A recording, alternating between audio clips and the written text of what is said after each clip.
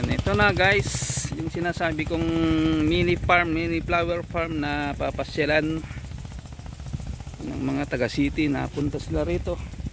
Pero hindi pa siya tapos, hindi pa siya open. Sa 11 pang opening nito. Yan. Habang nagpapatubig sila, ayan. Tamang tama yan, next week 11 supposed to be na open lahat yung flower niyan.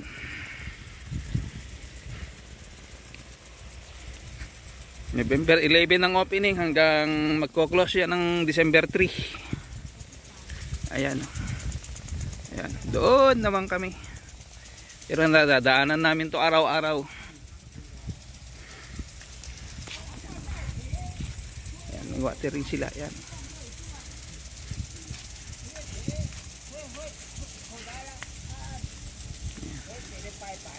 Gilid ng daan to, ito yung dinadaanan ko araw-araw.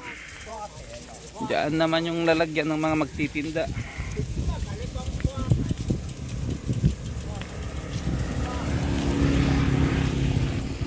Mga nila halaman dito sa banda rito wala kasi yun, baka lalagyan nila ng ng mga net na itim yung makapal para pagdaanan yung mga tao, parang walkway diyan sa loob. Yan, mga bulaklak. Hindi natin mai-close up ngayon dahil close pa yan, bawal pumasok dyan. So opening, try nating makapunta.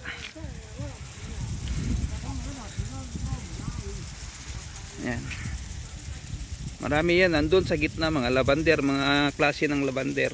Yan, maraming dumadaan. Ayan, pag Sabado, Linggo, maraming nagbabike, nag-hiking dito. Yung mga nagkakamping, dito na sila natulog kaninang gagabi. Yan lang, malis sila maaga, bawal dito dito sila sa gilid ng daan. O baka diyan sila natulog, baka diyan sila mga natulog kagabi. Diyan pwedeng pumasok diyan, yan. Kasi yan yung mga titinda ng pagkain, kung ano-anong meron dito sa amin na mga gulay, prutas. Ewan ko lang kung magtitinda si Mrs. dyan. Kasi peak harvest namin ng beans.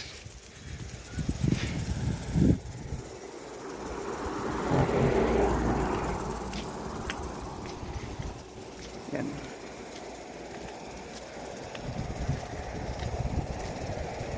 Dito rin ako naglalakad-lakad sa umaga, paikot hanggang doon sa amin. Doon sa amin sa Bandaron eh.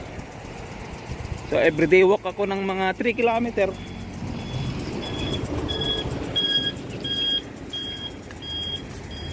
Yung mga design nila, pa lang yung mga bulaklak, palabas pa lang. Kaya tamang-tama sa next week mag-opening sila.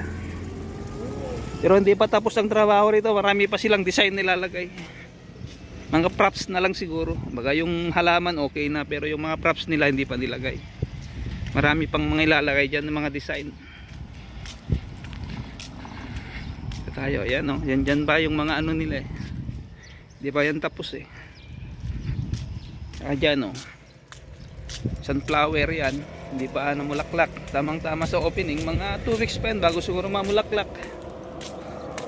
Babike sila. Ayan traffic light dito sa amin, kahit probinsya na to, kahit pinakaliblib na lugar. Yan yung service ko, nakaparking sa gilid. Yan. Tingnan natin dito. Ito yung pinakaharap kasi. Ito yung pinaka main entrance niya eh. Dito sa harap na to, ito yung main entrance. Isa lang ang entrance niya ng exit. Dalawa, yung dalawang likod.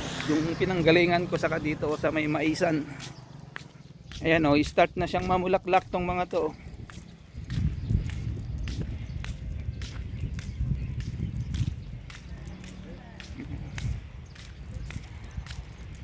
Baka kung may time tayo, baka dito tayo mag live araw-araw ng kahit isang oras lang siguro. Baka kukunan lang natin kung gaano karami yung tao para may premiere natin. Yan yan, hindi pa naitanim yung mga yun, nakaano pa siya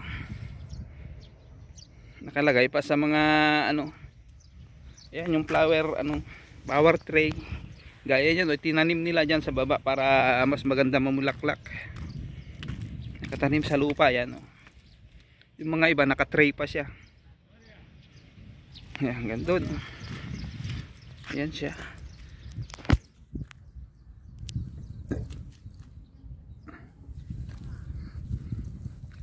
Ayan nag-start pa lang palabas ang bulaklak yung iba.